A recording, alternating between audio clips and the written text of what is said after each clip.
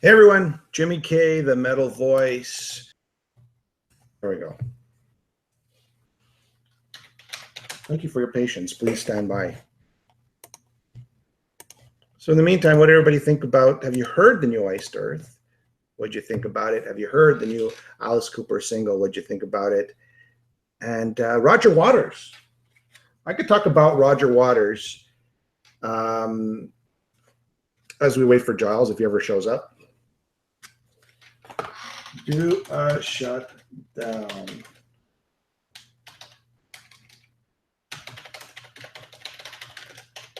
think it's the most issues we've ever had. I'm going to talk about Roger Waters, since Giles probably doesn't even care about Roger Waters. What do I think of the album? You know, I'm a huge Roger Waters fan. I'm a huge Pink Floyd fan.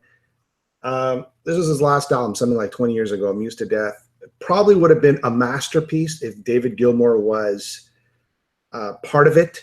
But it's an incredible album. If you like Pink Floyd and like Roger Waters, then definitely pick up Amused to Death. Great album, especially the first 4 tracks are like insane. I've always told my friends that if David Gilmour would have been part of Roger Waters' Amused to Death album, it would have been probably one of the best Pink Floyd albums ever made. I mean, you need his voice, you need his guitar solo, you need his guitar playing, you need his guitar tone. Now he has a new album called Is This the Life We Really Want, produced by a Radiohead producer, and I'm trying to remember what his name is. I don't remember what his name is. It's Nigel Godrich. Now, if you like soundscapes, if you like sort of that Vera Lynn, The Wall, The Final Cut, this is the album for you, all right? Songs like Deja Vu, which you probably heard, it was the first single. It's kind of along that line, all right? The Last Refugee, Picture That, Broken Bones. This is the greatest hits of sort of the Pink Floyd eras. You know, you got a lot of Wish You Were Here, there. You got a lot of Animals. You got a lot of acoustic and just piano playing. And you always get, with Roger Waters, his take on life, social, political. He's got that twisted sense of humor. It's a solid album. Definitely a solid album. Pick it up.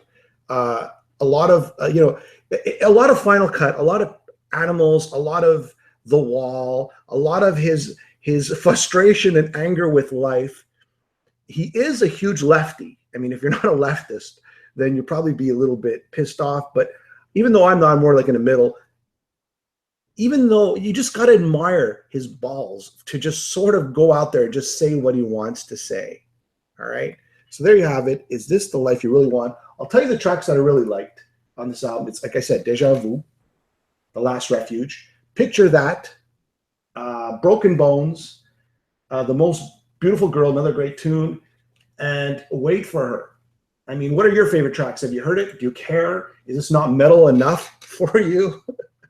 Giles, I don't know if he's going to make it, by the way, so I'll do the review by myself. Oh, there he is. He's there, Giles. How you doing? Man, I had to restart. I had to restart everything, and you had to send me the new link, but here I am. You know, Giles, it's great because I know you don't like Pink Floyd. I know you don't like this type of sound music. So it gave me a chance to sort of talk about Roger Waters' new album. Okay, good. And I know you don't even care to hear about it. No, I care about everything you say, Jimmy. All right, so here we go. I'm just going to read out some folks who are actually, they joined us this morning, or maybe in Europe it's this afternoon. Okay, no problem. So we have Emerald, Sword, Texas. We have Ren from Louisiana. Sean Davis, the man in Toronto. Let's talk about Iced Earth, okay? Shall we? I talked about Roger Waters. Let's talk about your turds. Is that what you said? No, I talked about Roger Waters. Does anybody have anything to say about Roger Waters? I love it. I'll give this album a solid. I know I got to give high ratings. I only review stuff I like anyway. 8.5 out of 10. If David Gilmour was on this album, it would have been another true masterpiece. Very organic, soundscape, Radiohead-like-ish, but not really Radiohead-like-ish. The beautiful lyrics of Roger Waters and his anger towards the world. Pick it up. A truly great listen if you're depressed and you want to kill yourself. How's that? You can pick it up and I will drop it. So here's the album, Iced Earth. All right. Last Time Around, Plagues of Babylon. That's the previous album, yeah. That's right. A Dystopia was the one before that. All right. That's going back some time to like 2012 Yeah, or something. 2014. It's been that long. And we know that John Schaefer, he had some sort of issue with it. I think it was his shoulder or his arm. And he's been having that. He's been having that issue for a long time, I think, Yeah. And so, I mean, I don't know if you're a big Iced Earth fan or not, Giles. Well, I certainly like him. I think they're probably one of the few bands that is still putting out records. That are. When I say few, I don't mean really few, but very few bands that came up sort of post 1990 or 1992 are really doing much that I get too excited about. Newer bands. Hell, that's 25, 26, 27 years ago, but. They are definitely one of the last US metal bands, and I hate that phrase US metal, but I guess it's where they're from. That are still putting out quality records, really good. I'm particularly partial to going back a little bit now, the Tim Ripper Owens years, but the Glorious Burden. I was a little bummed when he left. I mean, I love him, but although I love him at Barlow, and they were my favorite ones. The two ones are Ripper. But I love what they do. They're a really good band, really good. I would agree with you. It's interesting because the Matt Barlow years were the 90s when metal was sort of like disappearing, right? Yeah, and that's sort of why I have respect for them, because I wasn't into what I call kind of the cheeseball power metal stuff, It was just a little too yippy skippy, as I use that phrase quite often. I still seem to they had that power and heavy delivery while retaining the melody, and that's what I liked about albums like Something Wicked and things like that. They were kind of, definitely an isolated kind of thing in the 90s there wasn't much of that going on, so I did gravitate towards them back then, and I've always respected them for that, and they've never really changed too much. I mean that in a good way. They've always been consistent. There's a word. Yeah, what, and I would agree with you also that. So I got turned on to Iced Earth when I found out that Ripper wasn't in Judas Priest anymore, and he joined Iced Earth. Then I was like, wow, this is going to be insane. Yeah, I thought that too. I was bummed he wasn't in Priest because I thought he was cool with Priest, the Jugulator, and Demolition. And then he comes in with the Glorious Burden. I'm like, oh my God. Actually, it's one of my favorite albums by Iced Earth. Me too. Yeah, I love that. I love that record. Red Baron, Blue Max, and Declaration Day, and things like that. You got to get the 2 CD version though. You get the full effect. It's an incredible album. So that brings us to today. I mean, we could talk all we want about the old days of, but I mean, they've carried the metal flag in the time when grunge was. Yeah, exactly. They have, and they've done it way better than a lot of other stuff out there. Like. So let's get into it, all right? So the 12th album, it's good. The release date is the official, I guess, worldwide release date is June 16th. Actually, it was supposed to be earlier. I think it's released on iTunes. I can't remember. Produced by John Schaefer. It's been, I'd say 3 years in the making. John Schaefer stated saying that it's somewhere between the Dark Saga, Something Wicked This Way, and Dystopia. And I think that's a pretty accurate statement. That's pretty fair, yeah. I mean, I've only had it like a day, so but that's a pretty fair statement. I really like it. I don't like it quite as much as the previous one, but I mean, I've only had it a day. Maybe my opinion will change. Yeah. I mean, just to go over the songs, I mean, quickly, the ones that I really were drawn to, I don't know if you remember the titles or not, but the Great Heathen Army, it starts off a Great Heathen Army, and I was kind of disappointed.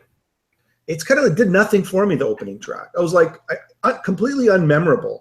It was like, generic Iced Earth insert here. What'd you think? Opening track, did you remember it? I mean. No, I didn't, and it was a little bit like when I first heard Wildest Dreams by Iron Maiden from Dance of Death. Wildest Dreams has got to be the most generic Iron Maiden track ever, and they've only got one, because everything else they've done has been brilliant. And it reminded me a little bit of that. I'm kind of like, okay, yeah, it's making all the right noises. Yeah. Wildest Dreams by Iron Maiden. That it reminded me of that. Just okay, it sounds like Iron Maiden, and this sounded like Iced Earth, but there was nothing memorable about it. I know exactly what you mean. But things picked up from that point, I thought. I think so too. So Black Flag is actually the second song, and it's a pirate song, you know, like a Black Flag. Well, it's nothing to do with Glenn Danzig. So it's Black Flag, and now it's getting a little bit better. Personally, I don't like pirate lyrics. I think it's stupid. Well, you know, let's get into the pirate metal thing. I mean, people always say, "Oh, Running Wild, the pirate metal band." Running Wild did not just write about pirates. There was maybe 2 or 3 songs on a record that were about pirates. Some records a little more, some records a little less. But they covered a hell of a lot. I think people just mistook their lyrical persuasion for general history as being, oh, well, it must be about pirates, you know. It wasn't. Genesis, the fall of man, and all that kind of stuff like that was different topics. So then you got a lot of bands that popped up. There's this band called Blazing Stone, and then there's another band. What are they called? They're a pirate metal band. Well, there's a lot of pirate metal bands. There's more than one. There's more than 2 or 3. I mean, hell, that's ridiculous. Yeah. By the way, you like my shirt? Saint of Sinners. My buddy David Reese. Frank Parnay. Plug. So, where'd you get that from? From David Reese. He sent you a shirt? He sent me a shirt. That's how nice he is. He goes, Jimmy, Prick didn't send me one. Well, oh, shit. I had to beg for a CD. Fuck. More, that's why. Oh, well. Okay. So, Black Flag, again, like you said, now it's starting to pick up a little bit here. I don't like pirate lyrics. That's just me personally. Okay. I think it's kind of like cheap. But, anyways, maybe. Well, it's been done. I mean, it's been done. How many more times do you have to do it? If something's been done, there's a good reason not to do it. But like you said, it's a good song. I mean, it sounds like it's now. I mean, there's no real chorus verse where you can really gravitate toward. But it's a great Iced Earth song. I like it. I think it's a cool song.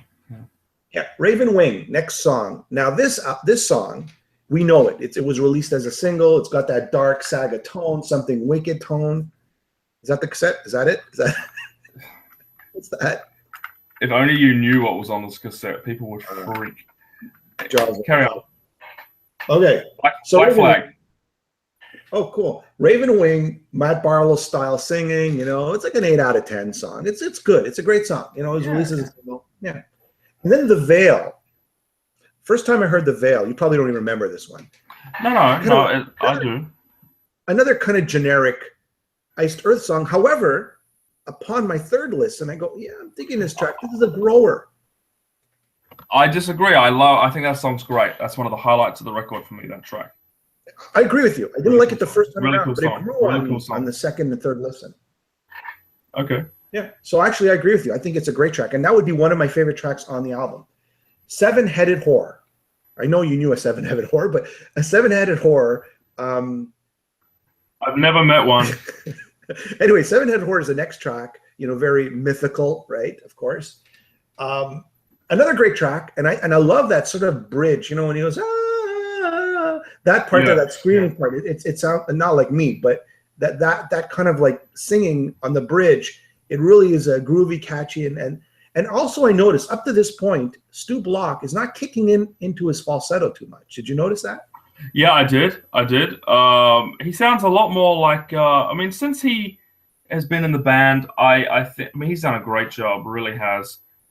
Definitely, I hear a lot of similarities to Matt Barlow in his voice from day one, and I do not know whether that's just a result of John's composition requiring that particular voice, or if it's deliberate, or if it's just they just tend to sound similar. But yeah, absolutely.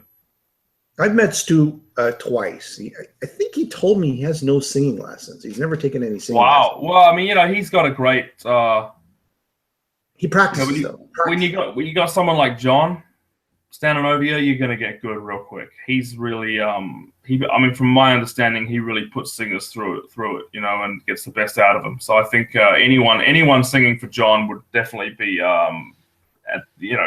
made to be at their best, or they wouldn't be there.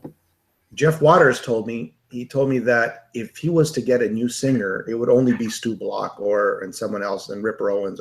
Was it Ripper? No, it was Stu Block. Man, I mean, not to change gears here too much, but Annihilator with Ripper would be amazing. Yeah. Holy, because Annihilator, it's always been the issue. And I know we're talking about Iced Earth, now we're talking about Annihilator, but that's why I love these chats, because we could just talk, right? We could just talk, yeah. Annihilator have never had a truly, like, I mean, I take that back. Joe was great, from Leech Lord. He was really good. That was a perfect fit. I thought Aaron Randall was really cool. To me, it's always been Rampage. Rampage or nothing. Coburn I like a lot too, but they've always had this, singer issue where it's never been quite like that match made in heaven, And Stu Block is the guy who he would say, if Stu Block joined my band, I would put him as a singer of Annihilator. Stu Block this guy's like, he's a freak of nature when he sings. He's great. But I mean, if we're talking about Annihilator, Ripper is not in a band right now. I mean, he's in several projects, but he hasn't really got that band. I would him in Annihilator. That would be awesome. And Jeff just needs to go back to writing more traditional metal and trying to leave the sort of more modern influences. Leave them alone. Go back to writing a traditional 1980s style heavy metal record with Ripper Owens. That's my take on Annihilator. All right. Back to Iced Earth. Let's go back to Iced Earth. I could think of a few other singers for Annihilator too, but that's another subject altogether. It is, yeah. Another time. Okay, now we're on the Relic, part 1. This is where part of the album when I'm like, hey man, the album's starting to get really good, and then it's sort of like insert generic Iced Earth song here. It's like, I don't know, it was kind of boring for me. Maybe I need repeat listens. Maybe I'll grow into it. Maybe yeah. I don't have a huge memory of that song. I certainly remember the next one though, Ghost Dance. Did you like it? Awaken the Ancestors. I did. I thought that was cool. I thought it was filler. It's like, okay, here's some music we don't have any real vocals to add to, and let's just throw on some sort of native chanting, and here we got another song. I don't know. I thought it was filler. I didn't. Well, I just kind of dug it. It's a little interlude, I suppose. Well, what is that? What's the length here of the song? It goes for 6 minutes 33, so it's not really an interlude, but I dug it. I thought it was cool. Yeah. Okay. Cool enough. Then here's another one I didn't like. Brothers. Okay. You're painting a pretty negative picture of this record, Jimmy. He's like, here's one I don't like. Here's another one I don't like. Okay, so Brothers comes in, and it's about Stu Block and John. I get it. It's kind of like Blood Brothers, but Iron Maiden did it right. It's a little cheesy. I'm not into the whole brother kind of thing. I mean, I call my friends brother, but I'm not real into that whole let's all go and be metal brothers somewhere. To me, it's a little juvenile. You got the Pirates, you got the Brothers. It's kind of like you got the Pirate Brothers. The Pirate Brothers. Yeah. Now, Blood Brothers by Iron Maiden, even though it is corny, it's just done in such a way. Yeah, even that's corny, But it works. It works live. Everybody's chanting along, and I've just seen too many drunk, sweaty Maiden fans hugging each other at Maiden shows to ever take that song too seriously. But it works. At least for me, it does. It does, yeah. Brothers on this, it's the song itself, the music, the vocals, the melody works. But when the lyrics kick in, it's kind of like, oh man, this is like, I don't know, cheesy. That's all I'm going to say, cheesy. All right, let's go. Now the album goes back, kicks back into gear. Absolutely, Defiance. Defiance, incredible track. What a song. What a song. What a song. I mean, melodic. At his best. Stu Block is at his best. Absolutely. Are coming out. Absolutely. And it makes up for the crappy Brothers, and it makes up for the Ghost Dance. You didn't like the Ghost Dance. I like the Ghost Dance. I'm gonna get naked and dance around to that. I'm kidding. No, Defiance is a great track. Really cool track. Really cool track. Defiance is probably the best song on the album up to this point, right? And then the last song is Clear the Way. Incredible. Incredible. Now you're going to Glorious Burden Days. This is the Glorious Burden Days. I know. It's cool. I love it. Okay, so let's in summary, let's go through it. Yeah. Okay. Highlights for me: Black Flag. Yeah. I really Raven Wing, absolutely. Yeah. Seven-Headed Whore, that's cool. I thought Ghost Dance was a nice, something different there. Defiance and Clear the Way. So we're talking, what? It's half the record is really, really solid. And then there's some other tracks that are pretty good. And then there's a couple that are a little generic. Overall, a pretty good record, right? Yeah, I mean, it's safe to say that this is it's a strong album. It's just there are some weak moments there. Then again, Right. Plagues of Babylon, it was sort of the same makeup, whereas there was the strong tracks really made up for the weaker ones. How's that? Yeah, well, I mean, to be fair and to be honest, that has always kind of been my observation of Iced Earth, and I like him. Like I said, I love him, but there has been, there's always those 3 or 4 kind of tracks that are not so much, you know what I mean? And then the rest of it's great. But you could say that about early Saxon records. You could say that about even Rush sometimes. Yeah, not some bands, certain bands like Maiden, every song's a winner. But even they've got, I mean, some lesser tracks on some albums. So it's very hard to get that, total 10 out of 10. But go ahead. What else you been listening to, Jimmy? Well, no. Let's just stick to this. I'm gonna give you my summary now. I heard you. Okay. Well, the only thing important here is my summary. Black Flag, love it like you did. The Veil, love it. Seven-Headed Whore, love it. Defiance, incredible. Clear the Way, love it. So I would say, and Raven Wing, I love as well too, right? So there's probably like about 3-4 bum tracks for me that I found corny, cheesy, and generic. But you gotta get it. You gotta get into a bit of Ghost Dance. You do. You need to go out to the yard. But the strong tracks brought the rating up for me. I'll just skip the ones that bore me. Right. And I would definitely, I know people are 8 out of 10. I think it definitely fits in that. It's not a 10 out of 10. It's not like a 7 or 6 out of 10. It's somewhere in the 8 out of 10, around there. I would go 7 out of 10 because you rate very high. I tend to rate on the lower side. A 7 to me is still a great record. Okay. It's that 7. It's 70% great. That's about accurate. In my opinion, it doesn't matter. Let me go. Okay, so messages. Twidsdig, I can't pronounce the name. It's Twidsdig. Iced Earth definitely created a great album here. He finally unleashed Stu and his range. So what is this guy saying? He thinks that this is this is a better record for Stu than the previous 2 of me. Well, Twisdig, what do you mean? Do you think this is a better album than Plagues of Babylon or is this vocally? Is this Stu's finest hour with the band? I don't know. For me, I think Dystopia was his finest vocal performance. It was his best vocal performance. Sorry, because he showed his highs, he showed his lows, and he showed also his emotion. On Dystopia, there was a variety of vocal performances. Dystopia was more like harsh thrash tone, and the last, you hear everybody in the background? I do. that's the home. That's home, right? And there you go. And the Twisdig saying now John held back Stu's voice on the last 2 albums. I don't know. I think if you go back to Dystopia, I think he kind of unleashed. It was like his first performance. I don't think John's going to be holding back or letting go. I think John's going to be deciding it's the way I understand he works with a singer. Whatever you hear from that singer is John's decision more than it's. I could be wrong, but he tends to. I think he's definitely the creative guiding force on every record that band's ever done. I agree with you. And let's summarize this. Let's just end this off. Iced Earth, definitely worth picking up. I mean, I wouldn't say it's not worth picking up. It's definitely worth worth picking up, yeah. I mean, I'm a huge... Or buying off iTunes or whatever, however you get your music. Yeah, I'm a huge fan of Iced Earth as well. I mean, I have all their albums. I loved all the eras. Probably maybe the first 2 albums, the first 3 albums, not so much. But I'm a huge Iced Earth fan, and great. You can't go wrong. You can't go wrong. All right, let's go Alice Cooper.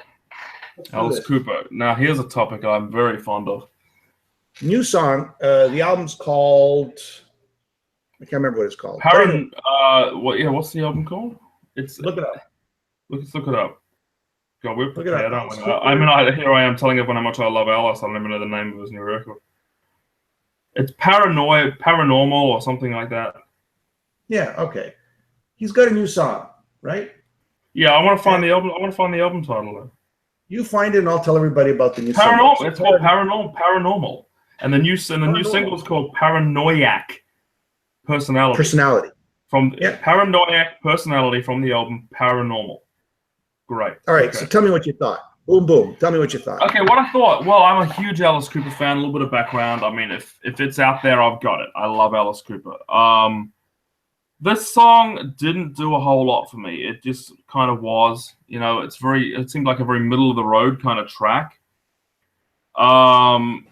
Which kind of was like the first single off the previous record, Welcome to My Nightmare, Caffeine.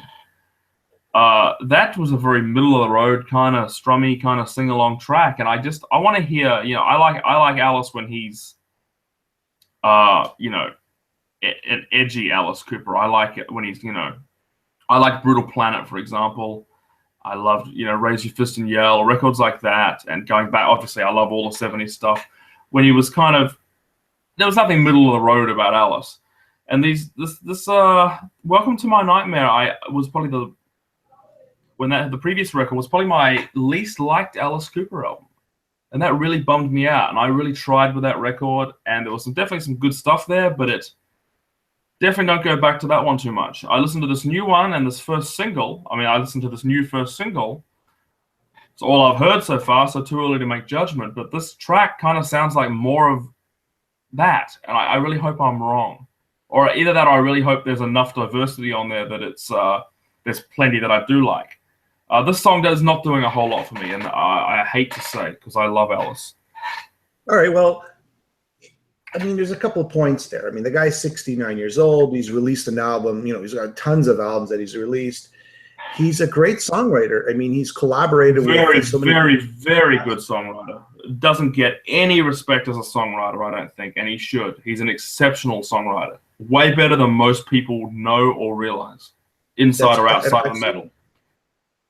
I've seen him in concert. I think it was Hey Stupid. I can't remember. It was incredible. I mean, he came out sort of with the 80s, late, early 90s glam sort of, you know. That's how he fit into that. I mean, he put his own twist on that. I've seen Alice about 15 times live. Happily go see him again. I love Alice. I really liked those albums. Like, you know, since what I call is sort of, I mean, he took that hiatus after Last Temptation, which was 94. He didn't do a record until 2000, which is 6 years. But then he pumped them out. We had Brutal Planet, we had Dragon's Town, we had The Eyes of Alice Cooper, we had Dirty Diamonds, we had Along Comes a Spider, and then we had Welcome to My Nightmare, which was a little bit of a break in between records there. But then since Welcome to My Nightmare, which I believe was 2011, yeah, we've almost had like another long hiatus. I know he did the Hollywood Vampires thing, which I know he's having fun with that, but holy crap, Alice. Just get back to what you do best, which is Alice Cooper records. This Hollywood Vampire thing is just like a high rent cover band. You know, I know it's just a bunch of legendary guys all having a bit of fun. I get it, but man, Alice, we want you back doing Alice Cooper records. You know, give Johnny Depp find him another gig or something, man. Yeah, Johnny Depp has never seemed to. Anyways, let's get back to it. We're going off track here. So the new single, this is my take on it. I kind of like it. It's because it borrows the sound of the 70s and it borrows the sort of production of today or the contemporary sound of today, and it's got this organic feel. It's melodic. It's catchy. That's what Alice does. I mean, he does melodic, catchy, and it's got that sort of they've sort of the No More Mr. Nice Guy, put down I wouldn't call it put down lyrics, but sort of that alienation, that alienated sort of lyrics that he loves to write. And I like that. I mean, he always twists that alienation. It's got that, the psycho keyboards. There. And I agree. I just was hoping for a little bit more in the compositional side of things, because he's a great songwriter. So I hold him to a very high standard.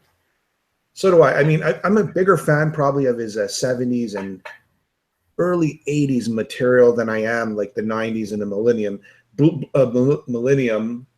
Brutal Planet, you know, it's a consensus amongst metalheads is their favorite album, right? It's Alice being heavy metal, basically, right? Or at least. Yeah, but he did that before. Raise Your Fist and Yell. To a lesser extent, Constrictor was his kind of take on, you know, the American heavy metal kind of culture at the time, and I love Raise Your Fist and Yell. That's one of my favorites. That's a really cool record. It doesn't get much respect. It doesn't get a lot of acclaim. People don't really cite it as a favorite, but I love that record. Roses on White Lace, Chop, Chop, Chop, Prince of Darkness. You know, there's heaps of good songs on that. Brutal Planet was kind of, in my opinion, that for the Marilyn Manson era. You know what I mean? The 2000, late 90s, 2000s.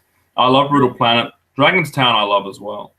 Yeah, I mean, again, I think in the last 10, 15 years, he's cranked out some really good music. Like you just mentioned, all the albums. I'm not going to name them all. Yeah. But I do like, I really like this new single, and I think it's off to a more of an organic, melodic. I was really surprised, pleasantly surprised, actually. And I'm looking forward to this album. Always looking forward to an Alice record. Like I said, I was just a little bit let down by Welcome to My Nightmare. I'm just being honest. It didn't quite grab me the way one of my favorite artists has grabbed me in the past. And I hope this next record is definitely does so. You know, I hope it's in my opinion, an improvement. This single, to me, though, as I said, doesn't quite hit the mark. So we will see. I mean, we've got 2 discs to look forward to. There's a bonus EP coming out with the record, I believe, which is with the original Alice Cooper group guys, the surviving members. That'll be interesting. That'll be cool. Yeah, all right. So tell me, I mean, okay, so we'll leave the last part of this show as the sort of the discussion of, you know, new bands, right? New bands. And new bands. That's a great band. They've got a great record out. David Reese is a good friend of mine. We had a hell of an argument one night in an elevator in England, which I won't go into, but you know, we can laugh about that now. You know, he's great singer, great guy, good friend, and I love the Saint of Sinners record. Primal Fear? Are you a fan of Primal Fear? They have a new. No, I mean, like I said about what I like about Iced Earth is what I don't necessarily like about Primal Fear. I did not get into that. I guess back then it was called the new wave of power metal, the European thing. I just don't like that type of music, man. I really don't. To me, it's I thought Hammerfall were good, but then as all these copy bands came out, and I'm not suggesting that Primal Fear are a copy band because they have a history and a lineage that goes back, you know, well into the origins of that genre. And I did like the first album, tracks like Formula One and things like that. I just don't. Nothing against the guys, and I definitely liked, you know, Sinner, and I liked some of the early Gamma Ray stuff, but I just was not personally crazy about Primal Fear. It's just my take on that whole genre. Another album that's kind of going under the radar, but a lot of metal fans are really enjoying, is Jorn's new album. Jorn. I've just got that now. Life on Death Road. Yeah, I've got that here, but I haven't had time to listen to it yet. And it's all the fault of another record that I've just been blown away by. That originally I thought was going to be horrendous. It's called Radiation Romeos. Now, before you all shout who, let me give you a little bit of history. In the mid-'80s, there was a band called Warrior, and they had an album called Fighting for the Earth, and I'm sure most of you know exactly what I'm talking about. And you probably do too, Jimmy. You remember Fighting for the Earth by Warrior? Yeah, absolutely. It was one of my favorite albums. Okay, well, the singer is Paramore McCarty. Yes. Now he's a great singer, really good. He went on after Warrior. He joined Steve Stevens, Billy Idol's guitarist. He joined Steve Stevens' Atomic Playboys. Yep. And they did a record called Atomic Playboys in 1989. In that song, Atomic Playboys, we are Radiation Romeos. Now, his new he went back to Warrior and did another album called Ancient Future in the late 90s, and then which never which never was as good as the debut. Well, I think it didn't miss by much. I love that record personally. And then Paramore. After that, he kind of disappeared from view. I just learned that he did do some music of his own that you can get on CD Baby. Just a few, some experimental stuff, a poppy kind of record, and then he did a Metal Freaks, FREQS, Metal Freaks project in 2010. But I mean, this is his first real serious, on a proper label. It's on Frontiers Records. It's called Radiation Romeos, which is a throwback to that line in that song from Steve Stevens' Atomic Playboys. So it's very much in the style of the Atomic Playboys and Warrior. It kind of brings both together, and I love this record. If you're a fan of Warrior Fighting for the Earth, don't be put off by the absolutely wretchedly god-awful videos that have been released for this record. I mean, and there's one song. It was kind of cheesy. That lead-off single was a kind of cheesy. Actually, I love the song. I love the song. Okay, Ocean Drive. I mean, I didn't know if I wanted to hate it or love it. I mean, I thought it was a cool, catchy melody, very memorable. The video ain't worth $5. God bless him, but that video does nothing but a disservice to the band, the record, and the song.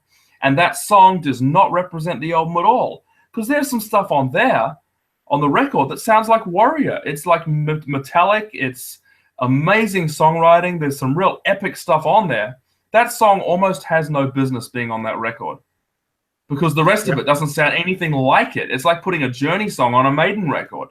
Check out Radiation Romeos. I really think it was a mistake to lead off with that song, because if you can... I like that song, Giles. I enjoyed that song. But if you can, it doesn't represent the record real good. There you go. It doesn't represent. There's a lot of metal guys that would enjoy this record. Warrior fans that are going to listen to that and go, that sounds like, Survivor or Journey, stuff they want nothing to do with. Yeah. But the title track, Radiation Romeos, that's enough. To me, that was enough of a kind of like a hard rock track to show that side of the record. There needed to be a video for Mystic Mountain, which could have been a Warrior song. Holy crap. Or, that's just an amazing song. Or Castaways, Promised Land. That is Warrior territory. Man, I just wish those songs were showcased a little more. And I know there is a video, an audio clip for Castaways was released on YouTube, but I just found that video to be of Ocean Drive just did nothing but a disservice to the record, because it's a great record. I can just imagine a lot of metal people watching that going, "Hey." But great record. Did you hear the new Venom Inc. Song? Dein, Fleisch. What is it with bands using German words because they think it sounds more metal or something? I know Tony very well. Tony's a great vocalist, and I've seen him on Facebook there. I've had a few words with him. Great guy. I'm just so happy. I like it. But then again, it's definitely got a Rammstein kind of vibe to this, right? Definitely. A little bit, yeah. I mean, everything from the German title onwards, it's very German, and maybe that's because the fan base is a lot of German, predominantly German.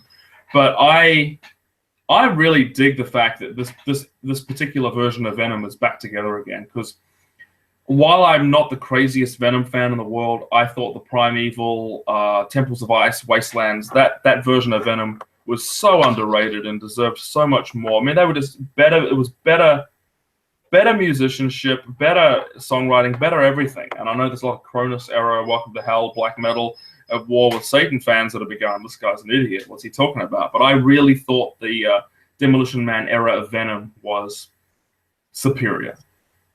And I'm so happy they're back. They came back as sort of came back halfway as Empire Evil, which was a very awkward name. I can't imagine asking for that at a store and having the clerk even know how to type that, without a huge issue. But I'm glad they're back, as Venom, essentially as Venom. I mean, Inc, whatever, I'm really happy. That's cool. I'm looking forward to that record. I wish they'd reissued the other ones. It's going to be released in August sometime. Definitely a Rammstein sort of feel. And I agree with you, man. The Tony Dolan era of Venom, and we're not talking about Venom Inc., we're talking about Venom. I mean, that's when the band actually got more proficient, as musicians. Yeah. And they had a couple of songs on compilation albums, like If You Want a War, and Surgery and things like that. They only appeared on compilation albums in the sort of mid-90s. That weren't even on albums. You know, there was like 4 or 5 tracks there that were like non-album tracks that were just done for compilation. That particular lineup of Venom had. So there's like another half album in there somewhere if you put all those compilation tracks together, and they were really cool too.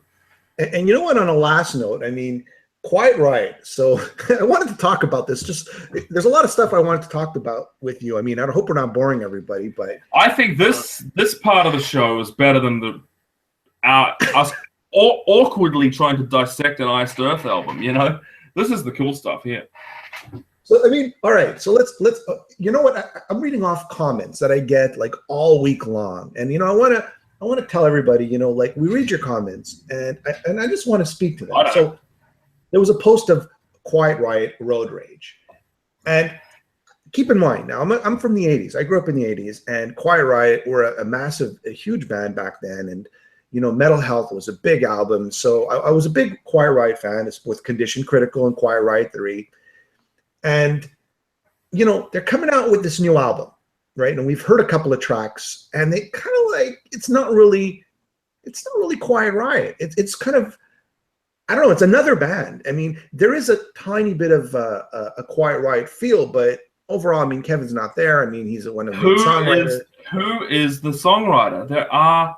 There's no, I mean, Frankie was not a primary songwriter in that band at all. That's just a fact.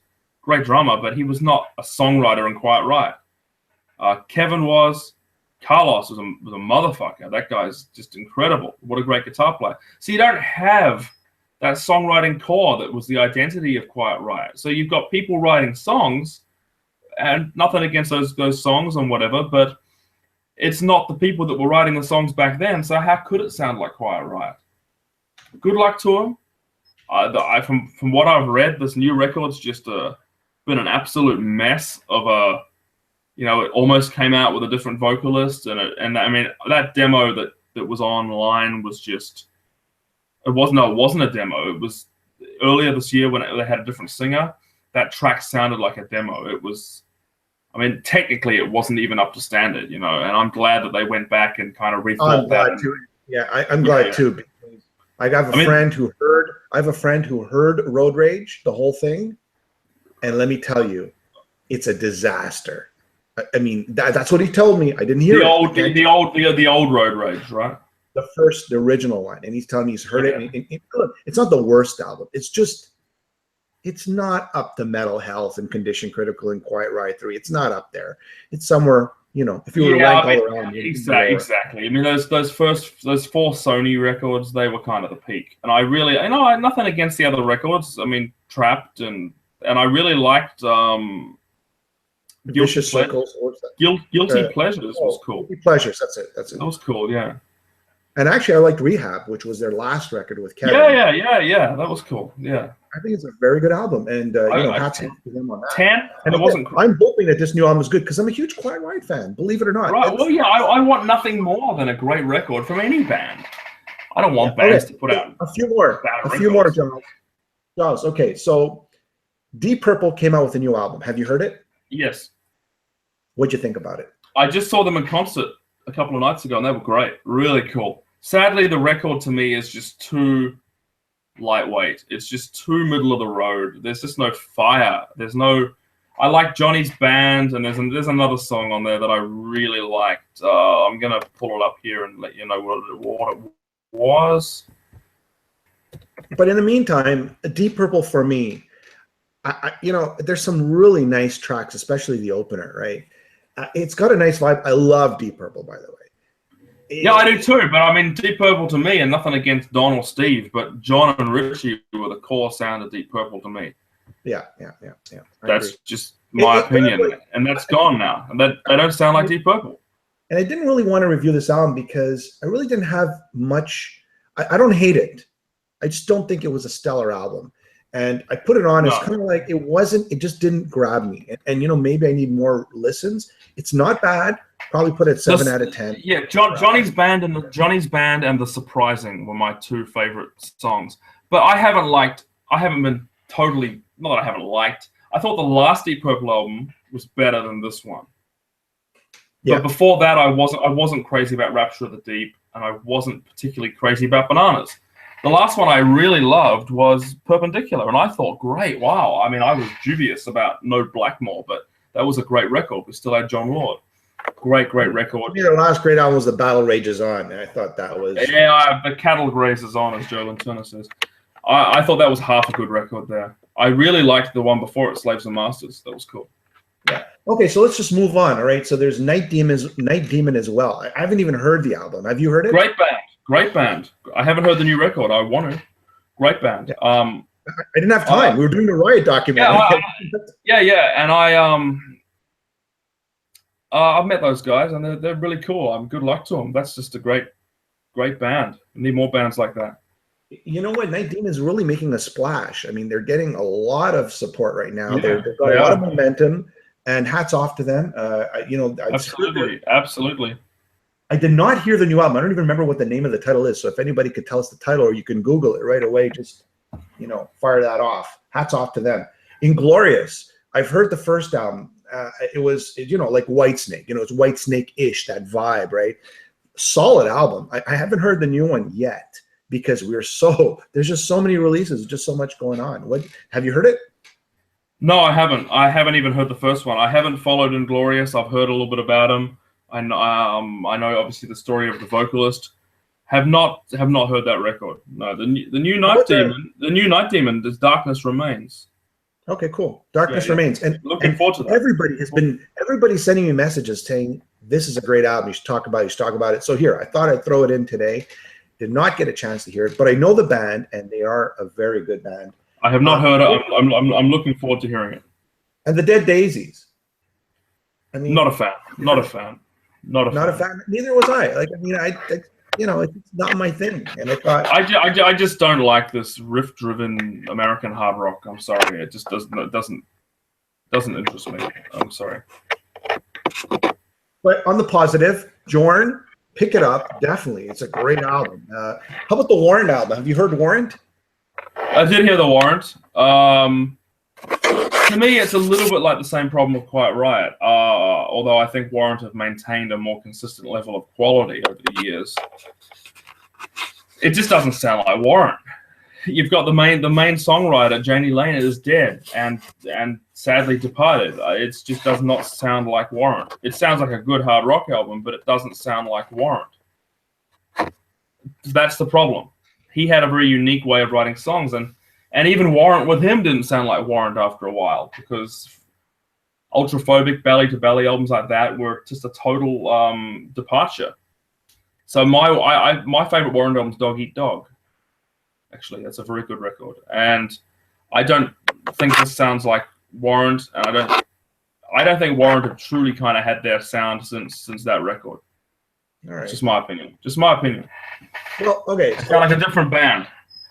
Let's go on to an update. We've talked about a lot of great albums that were released.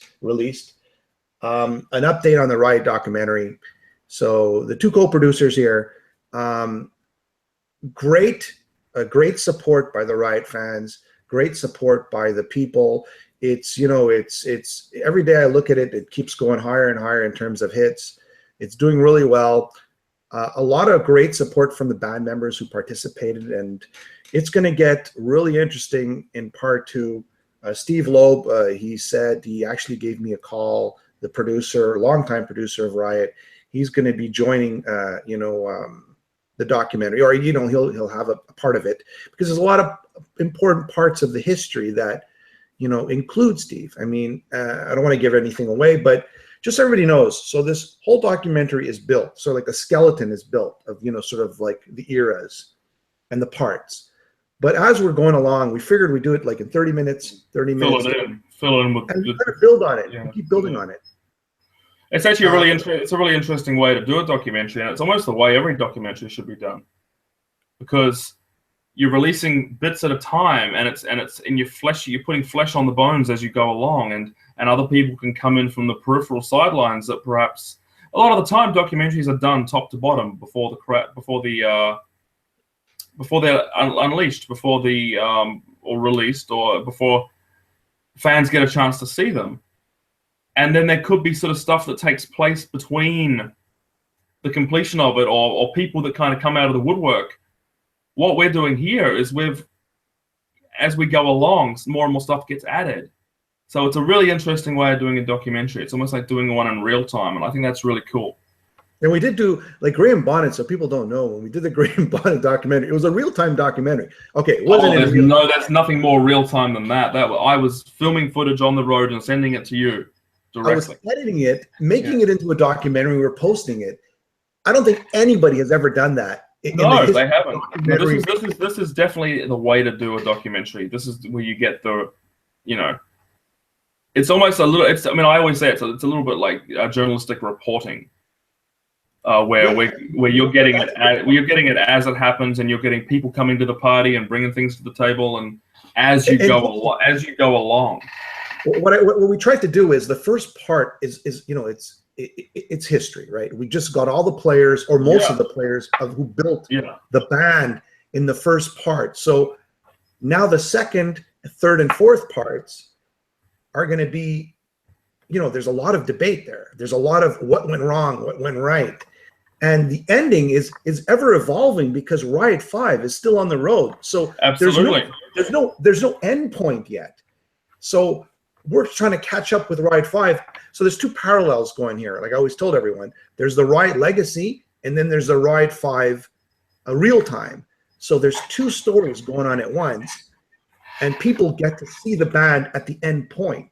But there really is no end point. You get what I'm saying? Yeah. No, it's a great way to do a documentary. It's kind of in my opinion, the only way to do it. And I think we've created a new genre, or we've started. I don't say we created. Well, I wouldn't want to pat ourselves on the back too much, but what we've done. I think we should. Okay, all right, let's do it. What we've done is you can, as people either involved in the story in a big way or a lesser way, they react to part one. The product of that and the result of that is in part two. For example, people getting in touch after seeing part one. It's a really interesting way of doing a documentary. It's amazing. The older band members like Peter and Phil and Lou, like, even though Lou has been in contact with the Riot 5 guys, everybody's sort of talking now. So it's also creating this, I don't know what to call it, but it's called a family. It's creating a well, it is a family, and I don't know, and I'm not going to pretend to know who was in touch and who wasn't in touch. But if that's the case, then that's great. That's really cool. Yeah. It's bringing everyone together that may have had sort of quirks about each other over the time.